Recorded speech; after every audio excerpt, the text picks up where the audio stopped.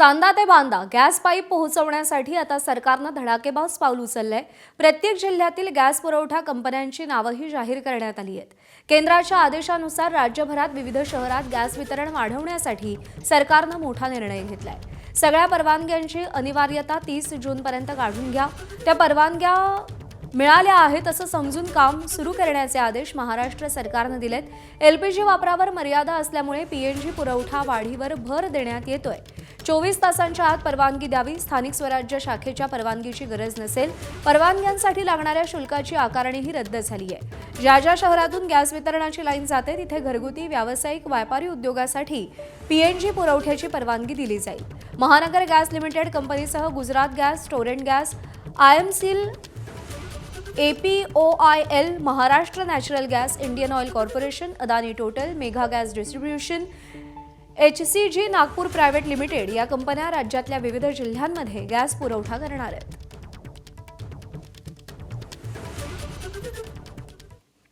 मुंबईमध्ये अनेक ठिकाणी पीएनजी गॅस घरोघरी पोहोचवण्यासाठी सगळ्यात मोठा अडथळा हा मुंबईतले रस्ते खोदण्याच्या परवानग्या पालिकेकडून मिळवणं हा होता। मात्र आता पालिकेने 24 तासात या परवानग्या देण्याचा निर्णय घेतलाय।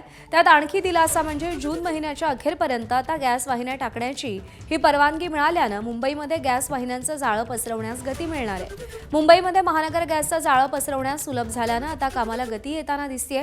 आज सकाळपासूनच याचा परिणाम मुंबईमध्ये पाहायला मिळतोय। चेंबूर विभागातून याचा आढावा घेत महानगर कर्मचाऱ्यांशी बातचीत केली आमचे प्रतिनिधी प्रशांत बढे यांनी। अनेक ठिकाणी घरगुती गॅसच्या लाईन्स आलेल्या आहेत, मात्र रस्ते खोदण्यास परवानगी नसल्यामुळे ठिकठिकाणी मुंबईमध्ये या गॅसचं कनेक्शन जे आहे, महानगर गॅसचं कनेक्शन आहे, पीएनजी गॅसचं जे कनेक्शन आहे ते मिळालेलं नव्हतं। मात्र आता मुंबई महानगरपालिकेने जो निर्णय घेतलेला आहे यामध्ये 24 तासाच्या आत मुंबई मध्ये जे रस्ते आहेत ते खोदण्यासाठी महानगर गॅसला परवानगी मिळणार आहे। मी सध्या चेंबूर परिसरात आपण बघितलं तर याचा परिणाम आपल्याला थेट आज मुंबईच्या रस्त्यांवर पाहायला मिळतो आहे। आपण जर इथे बघितलं तर चेंबूरमध्ये आता अशा प्रकारे या गॅसच्या लाइन जो है ते टाकण्यास सुरुवात झालेली आहे। जो ऑर्डिनेंस निकला है महानगरपालिका ने 24 घंटे के अंदर अभी परमिशन देने को बोला है। कितना फायदा होगा आपको? रोड पे काम करते आप, ये परमिशन मिलने से कितना फायदा होगा? इससे बहुत फ़ायदा है। पहले हम मई तक ही काम कर सकते, मई तक काम कर सकते थे। अभी 30 जून तक काम करने के लिए बीएमसी ने ऑलरेडी निकाला है। तो जो भी परमिशन पेंडिंग थे वो जल्दी मिल रहे हैं अभी हमारे को काम करने के लिए।